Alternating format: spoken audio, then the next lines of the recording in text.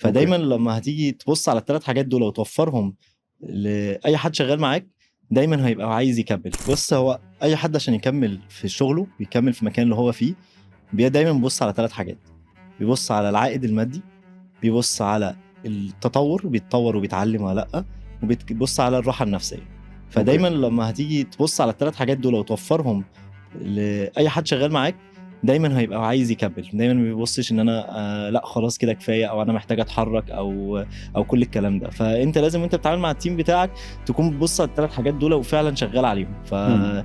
فدايما تفكر ان انت تطور من التيم بتاعك ويحس ان هو دايما بيتطور وبيتعلم حاجه جديده، فيحس بالشغف في الشغل ويحس ان هو دايما في ابديتس بتحصل معاه.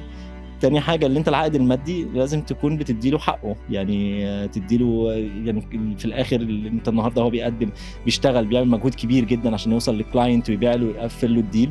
ففي الاخر لازم تبص ان هو يكون ساتسفايد من العائد المادي.